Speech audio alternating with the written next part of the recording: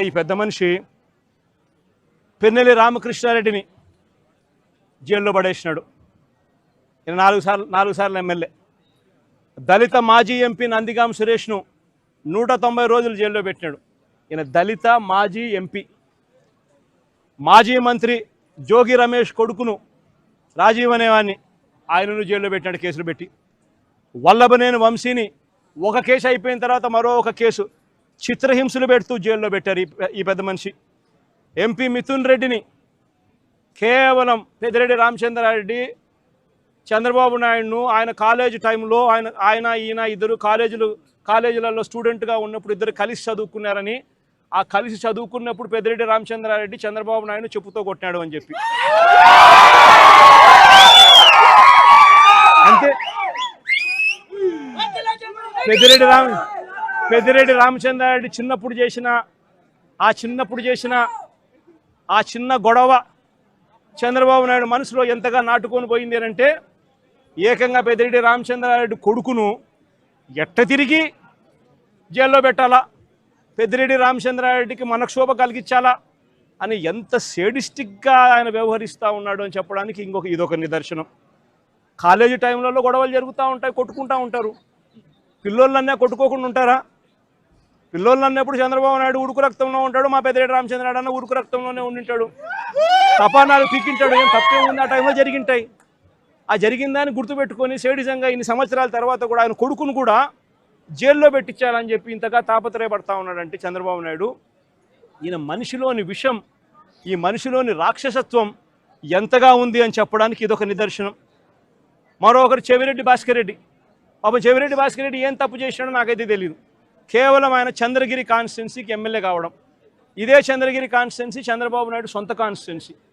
ఇదే చంద్రబాబు నాయుడు సొంత కాన్స్టిట్యున్సీ చంద్రగిరిలో 1983లో 1978లో ఆయన కాంగ్రెస్ పార్టీలో మంత్రిగా ఉండి పోటీ చేసి 17,000తో ఓడిపోయినాడు చంద్రగిరి కాన్స్టిట్యున్సీలో 1983లో. ఆ తర్వాత ఆయన ఓడిపోయి మళ్ళీ వాళ్ళ మామూలు కాళ్ళు పట్టుకొని గడ్డం పట్టుకొని మళ్ళీ 1989లో తెలుగుదేశం పార్టీలో చేరి అక్కడ రాజ్యమేలి కుప్పం అనే నియోజకవర్గాన్ని, బీసీలు అధికంగా ఉన్న కుప్పం అనే నియోజకవర్గంలోకి వెళ్ళి పోటీ చేస్తూ ఉన్నాడు. ఈ చంద్రగిరి నియోజకవర్గం ఆయన చేతుల్లో నుంచి వెళ్ళిపోయింది అని, ఈ చంద్రగిరి అనే నియోజకవర్గం ఆయన సొంత ఊరుంది కాబట్టి అక్కడ ప్రజలు చంద్రబాబు నాయుడు ఓడించినారు అని బాధ తట్టుకోలేక భాస్కర్ను వేధించి జైల్లో పెట్టించే కార్యక్రమాలు చేస్తూ ఉన్నాడు. చివరికి భాస్కర్ ఒకడే కాదంట, భాస్కర్ కొడుకు మొన్న కంటెస్ట్ చేసినాడు. పాపం లండన్ నుంచి వచ్చినాడు పాపం ఆ పిల్లోడు కూడా మొన్న కంటెస్ట్ చేసినాడు. ఆ పిల్లోని కూడా కేసులో పెట్టినారు. ఇదే పెద్ద మనిషి చంద్రబాబు నాయుడు కొడాలి నానిని, పేర్ని నాని భార్యను కూడా చివరికి అని కూడా చూడకుండా ఆమెను కూడా కేసులో పెట్టాలని చిత్రహింసలే. అనిల్ కుమార్ యాదవ్ ఇక్కడ జిల్లాలో మీ అందరికీ పరిచయస్తుడైన బీసీ నాయకుడు, మంత్రిగా ఎదిగిన వ్యక్తి, యువకుడు, ఇలాంటి వ్యక్తిని కూడా దొంగ కేసుల్లో ఇరికిచ్చాలని చెప్పి ఏకంగా ప్రయత్నం చేస్తే ఆ కేసులో ఆ విట్నెస్ వెళ్ళి జడ్జి ముందర పోలీసులు నన్ను 3rd డిగ్రీ ఉపయోగించి నన్ను దొంగ స్టేట్మెంట్ తీసుకునే ప్రయత్నం చేశారు అని చెప్పి ఏకంగా మెజిస్ట్రేట్ ముందర చెప్పినాడు అని అంటే ఎంతటి దారుణంగా వీళ్ళు పోలీసులను ఉపయోగిస్తున్నారని చెప్పడానికి ఇదొక నిదర్శన. జోగి రమేష్ మరో బీసీ నాయకుడు, సజ్జల రామకృష్ణారెడ్డి మా పార్టీలో మరో సీనియర్ నాయకుడు, ఆయన కొడుకును కూడా వదలడంలా, ఆయన కొడుకును కూడా భార్గవరెడ్డి అనే ఆ పిల్లని కూడా వేధించే కార్యక్రమే.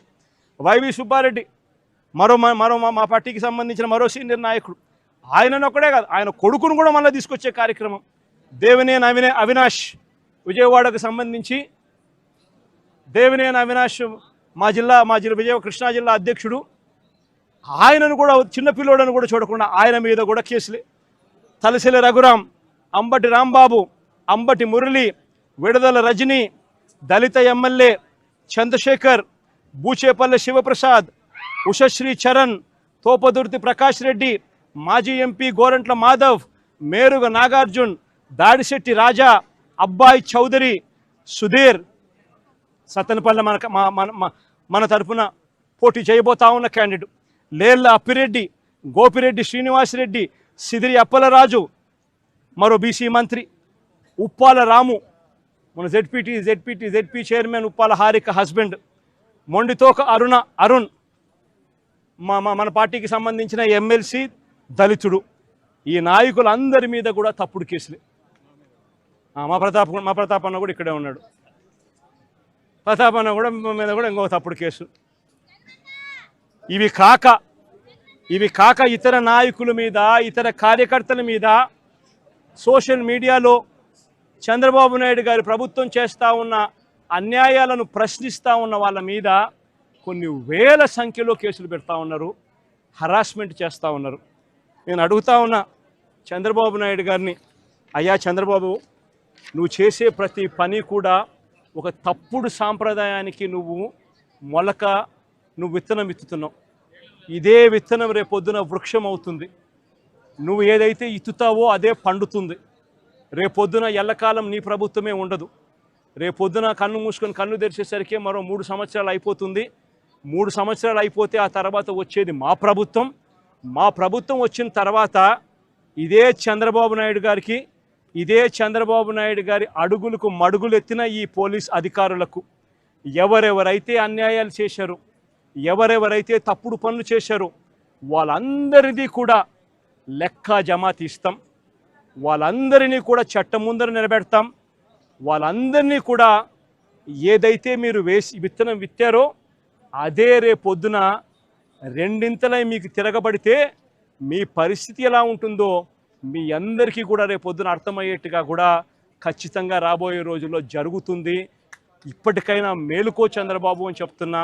ఇప్పటికైనా చంద్రబాబు తెలుసుకో అని చెప్తా ఉన్నా. ఇప్పటికైనా మీ నైజాన్ని, మీ వైఖరిని మార్చుకో అని చెప్తా ఉన్నా.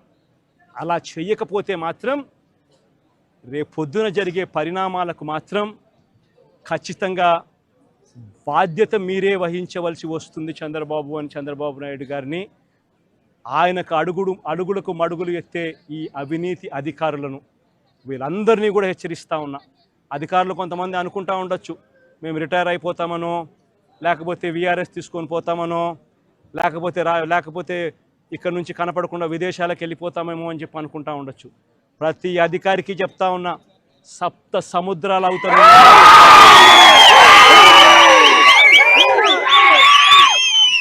సప్త సముద్రాలు అవుతారున్నా చెప్తా ఉన్నా.